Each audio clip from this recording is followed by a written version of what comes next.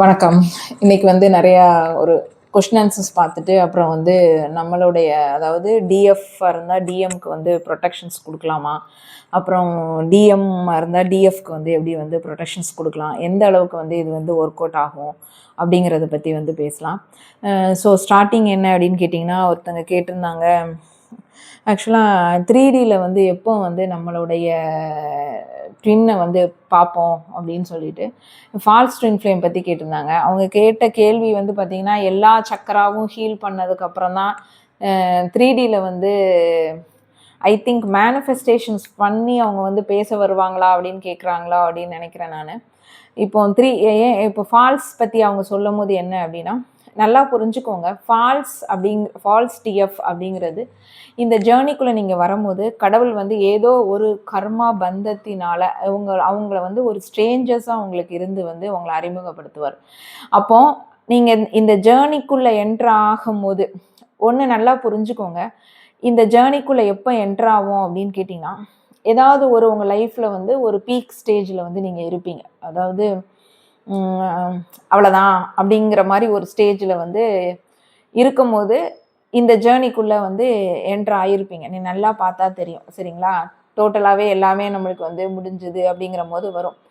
இன்னொரு ஒரு peak stage என்ன வரும் அப்படின்னு கேட்டிங்கன்னா, ரொம்ப லெவல் நீங்கள் இந்த கர்மாக்குள்ளே இந்த ஜேர்னிக்கு வந்ததுக்கப்புறம் அளவுக்கு அதிகமாக நீங்கள் பெயினில் இருக்கும்போது, அந்த பெயின் அவ்வளோதான், நான் போகிறேன், எனக்கு வேண்டாம் அப்படிங்கிற மாதிரி நீங்கள் உச்சக்கட்டம் நீங்கள் கதறும் போது உங்களுடைய ட்ரூ ட்வின் ஃப்ளேம் என்கவுண்டர் பண்ணுவாங்க. அதாவது நீங்கள் ஃபால்ஸ்கிட்ட இல்லை சோல்மேட்டுக்கிட்ட கார்மிக்கிட்ட இருந்து அந்த லூப்புக்குள்ளே சுற்றிக்கிட்டே இருக்கிறீங்க, உங்களால் அந்த வழியிலேருந்து வெளியே வர முடியல அப்படின்னு சொல்லும் போதும் ஒரு ஸ்டேஜில் உங்களுடைய ரெட்டைச்சுடர் உங்களுக்கு மேனிஃபெஸ்ட் ஆவாங்க ஒரிஜினலாக, சரிங்களா? ஸோ இதுதான் ஒரு அதாவது 2 விதமான ஒரு இது இருக்கும் இந்த ஜேர்னிக்குள்ளே என்ட்ராகும். ஸோ ஜேர்னிக்குள்ளே கடவுள் உங்களை என்ட்ரு கொடுக்குறாரு அப்படிங்கிறது காட்டுறது இந்த ஃபால்ஸ் ட்வின் ஃப்ளேமை பண்ணுவார்.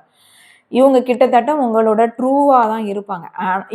இவங்க மூலமாக தான் நீங்கள் நிறைய லெசன்ஸ் கற்றுப்பீங்க. இதை நல்லா புரிஞ்சுக்கணும். ஸோ இவங்க கிட்ட இருந்து தான் நிறைய கார்மிக்கான லெசன்ஸ் நீங்கள் நிறைய கற்றுப்பீங்க.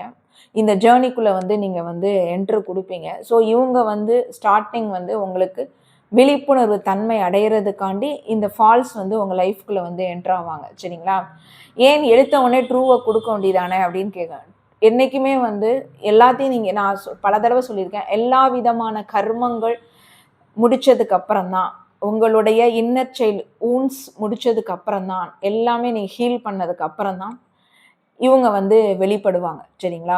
இந்த இந்த ஜேர்னிக்குள்ளே இதாக வரும். அப்போ 3D மேனிஃபெஸ்டேஷன் அப்படின்னு சொல்லிட்டு வரும்போது என்ன அப்படின்னா, இந்த மாதிரி ஒரு ஸ்லோவாக ப்ராசஸ் போனால் உங்களுக்கு அது ரொம்ப ரொம்ப சக்ஸஸாக முடியும், சரிங்களா? இந்த ஜேர்னிக்கான ஒரு இது இருக்கும். எடுத்தவொடனே பார்த்துட்டு அப்புறம் பிரிவு வரும், அதுக்கப்புறம் ரொம்ப கஷ்டப்படுவீங்க. இது இருக்கும். அது சொல்லியிருக்காங்க. நேற்று கூட சிறு வயசுலேயே சிலவங்க பார்த்துட்டு அதுக்கப்புறம் அவங்க ட்ரூவாகவே இருப்பாங்க, அவங்க பார்த்துருப்பாங்க, அப்புறம் அவங்க செப்பரேஷன்ஸ்க்கு போயிடுவாங்க. திருப்பி இவங்க கார்மிக்குள்ளே விழுந்து, ஏன் அப்படின்னா அந்த லெசன்ஸ் எல்லாம் இவங்க என்றைக்கும் நம்ம இதை எடுக்காமல் அந்த டக்குன்னு போய் எடுத்தோடனே போயிட்டு போக முடியாது. அதை நல்லா புரிஞ்சுக்கணும். நீங்கள் இந்த லெசன்ஸ் படிக்காமல் நீங்கள் எடுத்தோடனே மேலே போகவே முடியாது உங்களுக்கு. அப்படியே எடுத்தவொடனே அவங்க ட்ரூவை காட்டியிருந்தாலும் நிறைய பேருக்கு அப்படி விதவிதமாக வரலாம். எடுத்தவொடனே அவங்க ட்ரூ மட்டுமே வரலாம். அப்படி வரும்போது அதுக்கப்புறம் ஒரு செப்பரேஷன் அப்படிங்கிறத ஒரு கொடுத்து உங்களுக்கான ப்ராசஸ் எல்லாமே நீங்கள் பண்ணி முடிச்சதுக்கப்புறம் தான் வரலாம், சரிங்களா? ஸோ எல்லா சக்கராஸும் கண்டிப்பாக ஆக்டிவேட் பண்ண வைப்பார் கடவுள். இது எப்படினாலும் உங்களுக்கு லெசன்ஸ் கொடுத்து இந்த சக்கராஸ் ஆக்டிவேஷன் நடந்துகிட்டே தான் இருக்கும். ஸோ அதை பற்றி நீங்கள் ஒரி பண்ணிக்க வேண்டாம். ஏன் அப்படின்னா சக்ராஸோட ஹீலிங் ஆட்டோமேட்டிக்காக இறை உங்களுக்கு என்ன பண்ணுன்னா கொடுத்துக்கிட்டே தான் இருக்கும் உங்களுக்கு, சரிங்களா? ஸோ அடுத்தது என்ன கேட்டிருந்தாங்க அப்படின்னா, இப்போ மெயினாக என்ன அப்படின்னு கேட்டிங்கன்னா, இப்போ நீங்கள் இருக்கிறீங்க, உங்களுடைய டிஎம்கிட்ட நீங்கள் இப்போ டிஎம்மாக இருக்கட்டும், இல்லை டிஎம் ஃபஸ்ட் அவேக்கனிங் ஆகலாம் இருக்கட்டும், ஃபர்ஸ்ட் என்ன அப்படின்னா 2 பேருமே என்ன புரிஞ்சு ஃபர்ஸ்ட் அவங்க 2 பேத்துக்கூட ஒரு கேள்வி எப்படி இருக்கணும் அப்படின்னு சொல்லிட்டு கேட்டிங்கன்னா, இப்போ டிஎம் வந்து டிஎஃப்பை பார்த்து கேள்வி கேட்குறாங்க, இல்லை டிஎஃப் வந்து டிஎம்ஐ பார்த்து கேள்வி கேட்குறாங்க அப்படின்னு சொல்லிட்டு வச்சாலும் ஃபர்ஸ்ட் என்னன்னா, இந்த ஜேர்னியின் மீது உங்களுக்கு வந்து நம்பிக்கை இருக்கா அப்படின்னு சொல்லிட்டு கேட்கணும். ஸ்டார்டிங்கே வந்து நம்பிக்கை. ஏன் அப்படின்னு சொன்னால், இது வந்து உணர்வு பூர்வமாக தான் உணர்ந்த ஜேர்னி, எனர்ஜியை ஃபீல் பண்ணுற ஜேர்னி. ஸோ ஃபீல் அப்படிங்கிற போது என்ன வரும், உணர்வு பூர்வமாக நீங்கள் எடுக்கும் போது ஃபஸ்ட்டு உங்களுடைய ட்வின்ட்டை வந்து நீங்கள் கேட்குற கேள்வி என்னதான் இருக்கணும்னா, இந்த ஜேர்னியை முழு நம்பிக்கையோட நீங்கள் கையில் எடுத்திருக்கிறீங்களா அப்படின்னு சொல்லிட்டு. ஆமாம் அப்படிங்கிற பதில் தான் வந்தாதான் இதுக்குள்ளேயே வந்து 2 பேருமே வந்து கரெக்டாக வந்து மூவ் பண்ண முடியும். அடுத்தது என்னன்னா, இந்த இன்டென்ஸான எனர்ஜியை நீங்கள் ஃபீல் பண்ணியிருக்கீங்களா அப்படின்னு சொல்லிட்டு கேட்கணும். சரிங்களா? ஸோ இந்த மாதிரி கான்வர்சேஷன் வந்து நீங்கள் பண்ணினீங்க அப்படின்னு சொன்னால், இந்த ஜேர்னியில் நீங்கள் 2 பேரும் சேர்ந்து அடுத்த கட்டத்துக்கு வந்து மூவ் பண்ணலாம். நீங்கள் இந்த இன்டென்ஸ் எனர்ஜியை நீங்கள் வந்து ஃபீல் பண்ணியிருக்கீங்களா அப்படின்னு சொல்லிட்டு. அப்படி ஃபீல் பண்ணியிருக்கோம் அப்படின்னு சொன்னால் தான் அதுக்கு அடுத்த ஸ்டெப்பே வந்து போக முடியும். ஏன்னா எனர்ஜி வைஸ் வந்து ஃபீல் தான் நான் சொல்லியிருக்கேன். அடுத்தது என்ன அப்படின்னு சொன்னீங்கன்னா, எக்காரணம் கொண்டும், ஏன்னா நிறைய தடங்கல்கள் இதில் வந்து நிறைய விதமான இருக்குது. அதாவது மனிதர்கள் அப்படிங்கிறதை தாண்டி வந்து இந்த வேற டைமென்ஷன்ஸ்க்கு போகும்போது நிறைய ஆஸ்ட்ரல்ஸ் பீயிங்ஸும் வந்து உங்களை வந்து அட்டாக் பண்ண வரும்.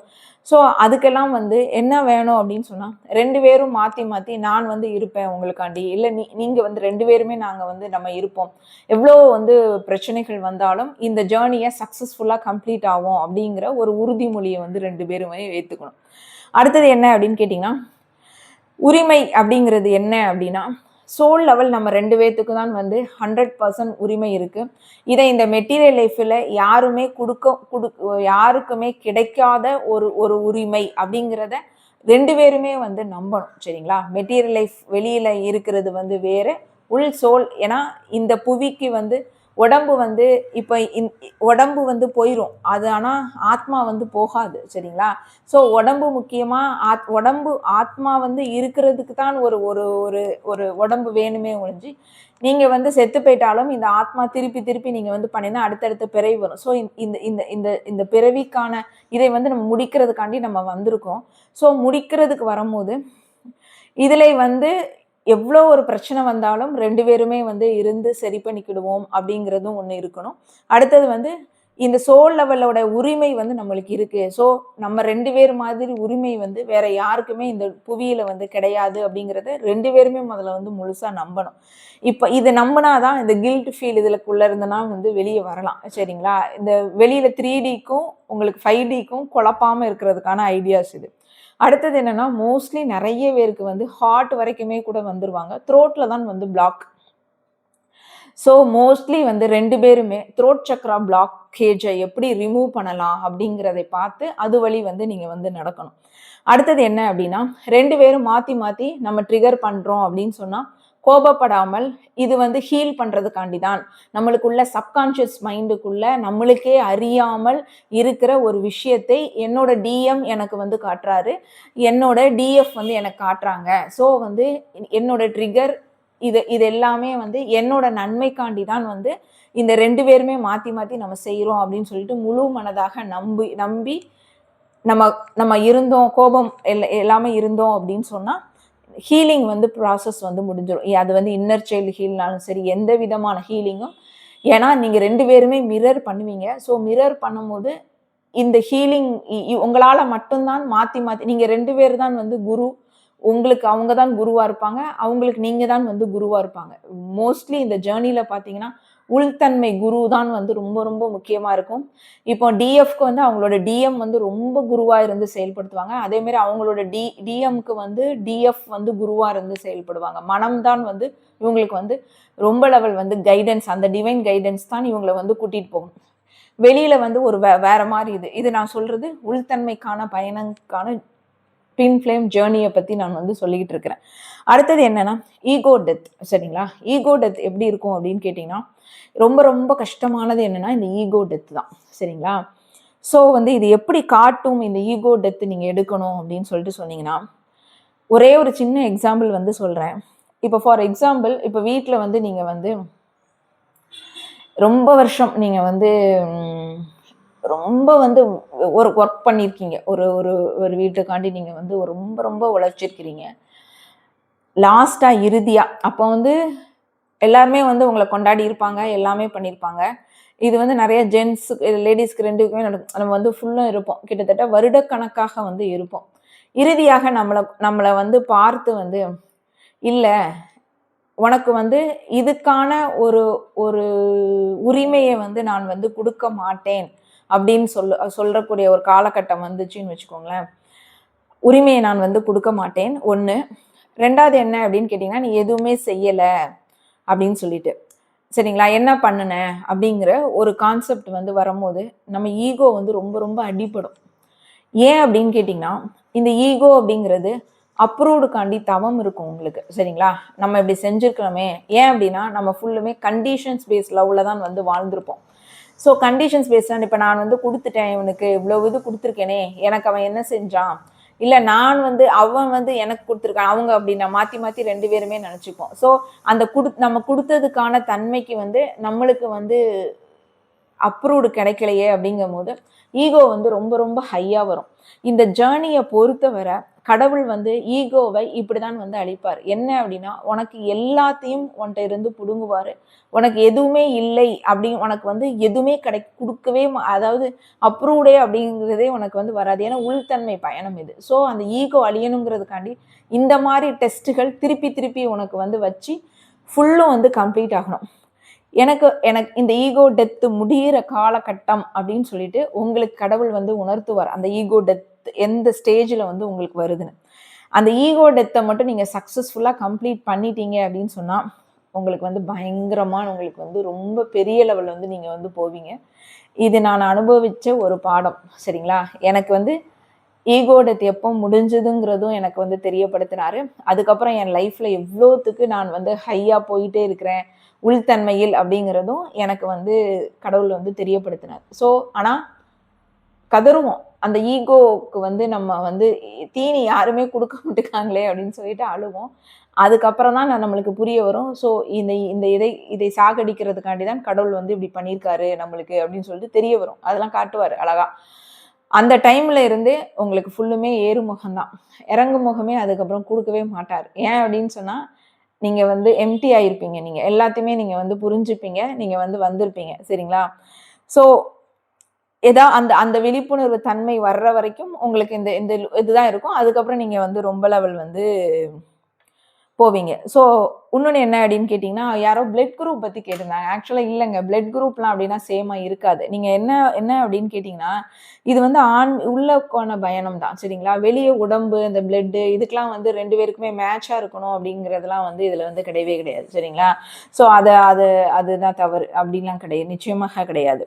ஸோ வந்து ஏன் அப்படின்னு சொன்னால் இது வந்து ஒரு நம்மளுக்குள்ள உள்ள ஒரு ரெசனன்ஸு, அப்புறம் ஹீலிங், இந்த மிரரு, இந்த மாதிரி தான் வந்து ஒரு அடிப்படையாக தான் வந்து இது வந்து போகுமே ஒழிஞ்சு இவங்களுடைய அதான் வெளித்தோட்டம் அன்னைக்கே நான் சொன்னது, அதான் ஏஜ் டிஃப்ரென்ஸாக இருக்கட்டும், ஹைட்டாக இருக்கட்டும், வெயிட்டாக இருக்கட்டும், அப்புறம் ஃபேஸ் வந்து மாறுது அப்படின்னா கேட்குறாங்க அப்படின்னு சொன்னால் ஏதாவது எக்ஸப்ஷன், அது வந்து யதார்த்தமாக வந்து நடக்கலாம் சரிங்களா. சேம் ஃபேஸ் கொண்டு அப்படிலாம் வந்து அது வந்து இது இப்படி இருந்தால் கண்டிப்பாக இப்படி இருக்கும். இப்போ வந்து இப்போ அவங்க O+ குரூப் ஏதோ ஒன்று கேட்டிருந்தாங்க, இது இருந்தாதான் அவங்களுக்கு அப்படி அப்படி எல்லாத்துக்குமே அப்படி இருக்கும் அப்படின்னா கிடையாது. எக்ஸப்ஷனால இப்போ யதார்த்தமா இப்போ நானே என் ட்வினும் ஒரே பிளட் குரூப் இருக்கலாம் சரிங்களா, அது ஓகே.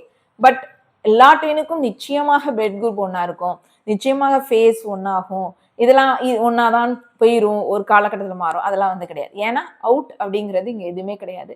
ஹைட்டோ வெயிட்டோ ஏஜோ எதுவுமே வந்து இதில் வந்து ஒன்போல வந்து வராது உங்களுக்கு சரிங்களா. ஸோ அதான் சொன்னேன், சிலவங்க கண் பார்க்குறதுக்கு இதாக இருக்கும், முகம் இதாக இருக்கும், எக்ஸ்பிரஷன்ஸ் கொடுக்குறது சேமாக இருக்கும், எமோஷ்னல் பர்டன்ஸ் வந்து சேமாக இருக்கலாம், உங்களுக்கு இன்னர் வூண்ட்ஸும் சில காமாக வந்து வரலாம், லைஃப் லெசன்ஸும் காமாக வரலாம், சிங்க்ரன்சிட்டி வந்து சேமாலாம், இதெல்லாம் வந்து இருக்கலாம் அப்படிங்கிறதான், கட்டாயம் இருக்கணும் அப்படிங்கிறது கிடையாது. அதான் அதோடது. இன்னொன்று என்ன அப்படின்னு கேட்டீங்கன்னா, நான் இன்னைக்கு டாபிக் என்ன பேச வந்தேன் அப்படின்னு கேட்டிங்கன்னா, ப்ரொடெக்ஷன் சரிங்களா. இப்போ ஒரு டிஎம் ஒரு டிஎஃப்க்கு வந்து ப்ரொடெக்ட் பண்ணலாமா, டிஎஃப் வந்து ஒரு டிஎம்க்கு வந்து ப்ரொடெக்ட் பண்ணலாமா அப்படின்னு சொல்லிட்டு, இப்போ என் ஜேர்னி நீங்கள் எடுத்துட்டிங்கன்னா இந்த நான் கொஷின்ஸ் இப்போ நான் சொன்னேன்ல, இது ஃபுல்லுமே வந்து நான் ஒரு கட்டம் வரும்போது அதாவது ஐ கான்டாக்ட் வந்து ரொம்ப ரொம்ப முக்கியம் சரிங்களா. ஐஸை வந்து நீங்கள் வந்து நான் ஒரு இதில் கூட போட்டிருப்பேன். நான் நிறைய பேருக்கு இப்போ அதை தான் சஜஸ்ட் பண்ணுறேன். ஏன்னா ஐ வந்து நம்ம ட்வின்னை பொறுத்தவரை ரொம்ப ரொம்ப முக்கியமான ஒரு பகுதியாக இருக்கும்.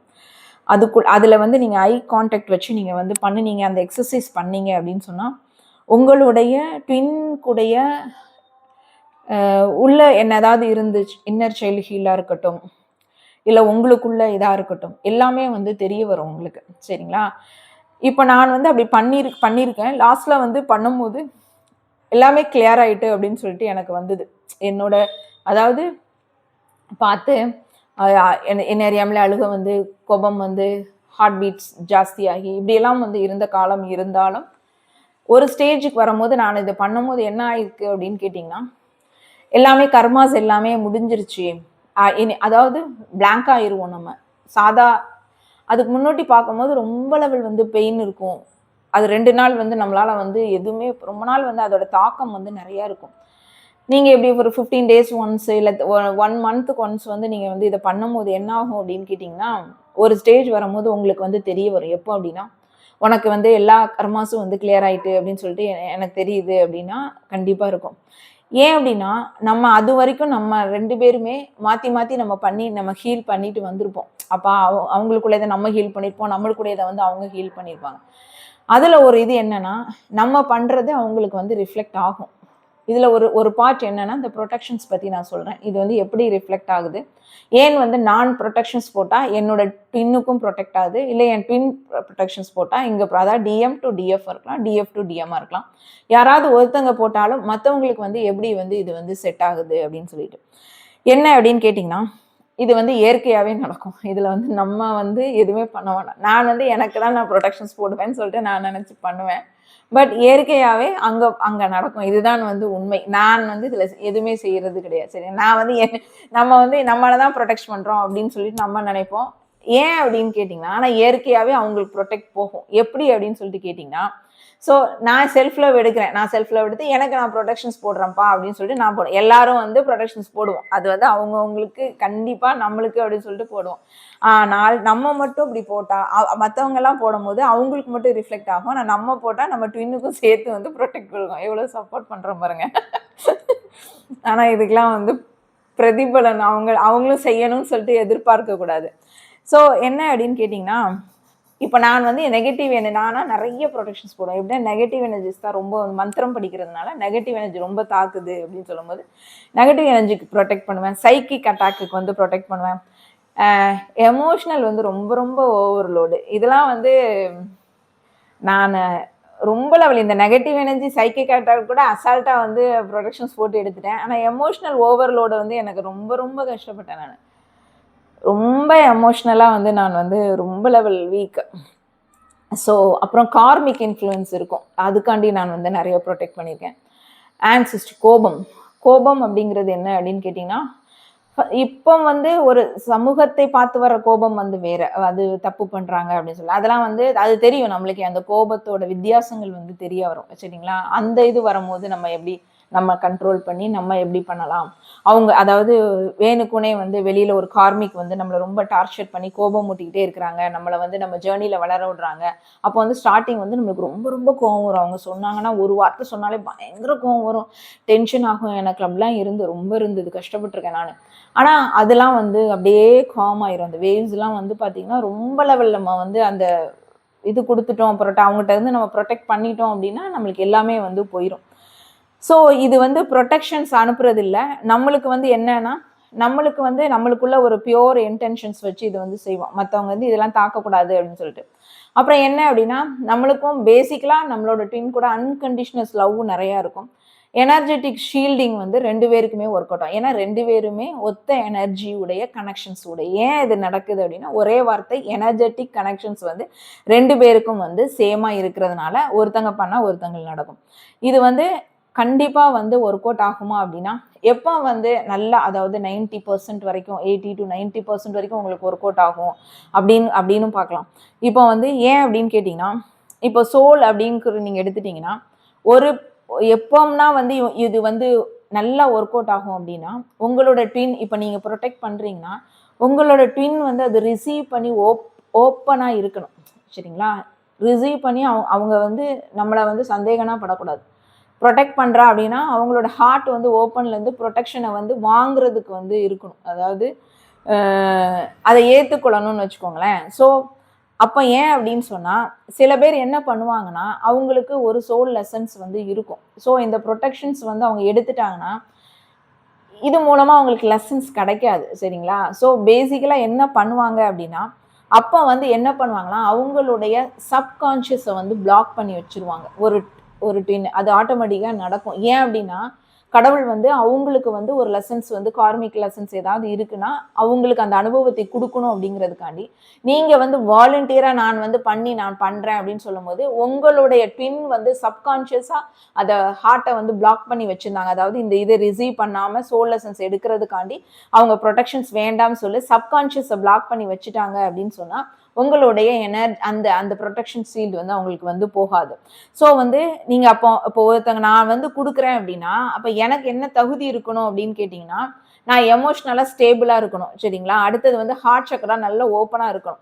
இன்டென்ஷன் வந்து பியூராக இருக்கணும். இப்போ நான் வந்து சைக்கிக் அட்டாக் பண்ணுவேன், அதெல்லாம் இன்டென்ஷன் வந்து பியூர் தான். என்னைய வந்து எதுவும் தாக்கக்கூடாது அப்படின்னா என் ட்வின்னையும் எதுவும் தாக்கக்கூடாதுன்னு நான் நினைக்கிறது வந்து தப்பு இல்லை. அது வந்து பியூர் இன்டென்ஷன் உங்களுக்கு. ஸோ எமோஷ்னலாக நான் வந்து பெயின் அனுபவிக்கக்கூடாது அப்படின்னா அதுவும் ஒரு பியூர் இன்டென்ஷன். என்னோட பேரும் வந்து அப்படி அனுபவிக்கக்கூடாது அப்படின்னு சொல்லிட்டு இதெல்லாம் வந்து ஒரு ஆட்டோமேட்டிக்காக நம்மளுக்குள்ள வந்து நடக்கிறது தான். ஸோ அந்த அப்போ நான் வந்து என்ன பண்ணணும்னா என்னோட இன்டென்ஷன் வந்து ரொம்ப பியூராக இருக்கணும். நான் பயம் இல்லாமல் இருக்கணும். ஈகோ இல்லாமல் இருக்கணும் மெயினாக. சரிங்களா? அந்த ஈகோ டெத் வந்து கடைசியில் தான் போகும். ஸோ நீங்கள் எல்லாம் முடிச்சதுக்கப்புறம் நீங்கள் உங்கள் ட்வின்னுக்கு வந்து ப்ரொடெக்ஷன்ஸ் வந்து அதாவது நீங்கள் உங்களுக்கு ப்ரொடெக்ஷன்ஸ் போடும்போது அவங்களுக்கு வந்து கரெக்டாக வந்து ஒர்க் அவுட் ஆகும். ரொம்ப ரொம்ப பயனுள்ளதாக வந்து இருக்கும். சரிங்களா? ஸோ வந்து இதில் வந்து எப்படி ஆகும் அப்படின்னு கேட்டிங்கன்னா, இது வந்து ரொம்ப லெவல் முக்கியத்துவம் வாய்ந்ததாக இருக்கும். அவங்க சோல் வந்து ஓப்பனாக இருக்கும். அவங்க சோல் வந்து ஓப்பனாக இருக்கும்போது நம்மளோட எனர்ஜி வந்து ரொம்ப ரொம்ப பியூராக இருக்கும்போது ஏன் அப்படின்னா நான் வந்து பயத்திலே இருந்துட்டு என்னோட ட்வினுக்கும் பயத்தில் போட்டோன்னா ஒர்க் அவுட் ஆகுது. என்னோட லவ் வந்து ரொம்ப லெவல் வந்து அன்கண்டிஷனலாக இருக்கணும், பியூர் லவ்வாக இருக்கணும். அப்போ தான் அவங்களுக்கு வந்து ஒர்க் அவுட் ஆகும்.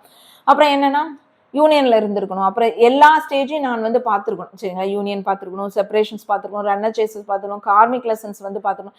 இது எல்லாமே நான் வந்து படித்ததுக்கு அப்புறம் தான் நானே நல்லா இருப்பேன். புரியுதுங்களா? அதுக்கு முன்னாடி நானே கயன்னு இருக்கும்போது நான் போய் அவங்களுக்கு போய் போட முடியும். நான் வந்து கிளியராக இருந்தால் தான் அவங்களுக்கு வந்து அது வந்து போட முடியும். ஸோ நான் காமாக இருக்கணும், கிரவுண்டாக இருக்கணும், இதெல்லாம் நான் கற்றிருந்துருக்கணும். ஸோ என்னோட ப்ரொடெக்ஷன்ஸ் வந்து ரொம்ப ரொம்ப எஃபெக்டாக இருக்கும். நான் கிரவுண்ட் ஆகும்போது என்னோட ப்ரொடெக்ஷன் அவங்களுக்கு பயங்கரமாக இருக்கணும். ஸோ நல்லா ஒர்க் அவுட் ஆகும். டிஎம் வந்து என்ன பண்ணணும், அவங்களும் வந்து எமோஷ்னலாக பிளாக்டு ஆகாமல் வந்து இருக்கணும். ரொம்ப லெவல் வந்து கார்மிக் வந்து அவங்க எல்லாமே கொஞ்சம் அவங்க விட்டு வந்து வந்திருக்கணும். அப்புறம் நல்லா ஒரு சேம் ஃப்ரீக்வன்சியை 2 பேருமே எடுத்திருந்து நல்ல ஸ்பிரிச்சுவலாக வந்து 2 பேருமே கனெக்ட் ஆகியிருந்தோன்னா கிட்டத்தட்ட 90% வரைக்கும் இந்த ப்ரொடெக்ஷன்ஸ் நான் போட்டாலே வந்து அவங்களுக்கு வந்து ஒர்க் அவுட் ஆகும். ஸோ எப்படிலாம் வந்து ஒர்க் அவுட் கொடுக்கலாம், நம்ம ட்வின்னை வந்து எப்படிலாம் வந்து நம்ம ப்ரொடெக்ட் பண்ணலாம். ஆக்சுவலாக நம்ம ட்வின் ப்ரொடெக்ட் பண்ணுறோம் கிடையாது, நம்மளே வந்து எப்படி ப்ரொடெக்ட் பண்ணிக்கலாம் அப்படிங்கிறதான். எனர்ஜி ஷீல்டு போடலாம். சரிங்களா? ஸோ நம்மளுடைய இப்போ டிவைன் லைட் அப்படிங்கும்போது நான் வந்து பேசிக்கலாக எப்படி அப்படின்னு கேட்டிங்கன்னா, நான் வந்து ஒரு இது வந்து படிச்சிருக்கேன் அப்படின்னு சொன்னால் எப்படி அப்படின்னு கேட்டிங்கன்னா,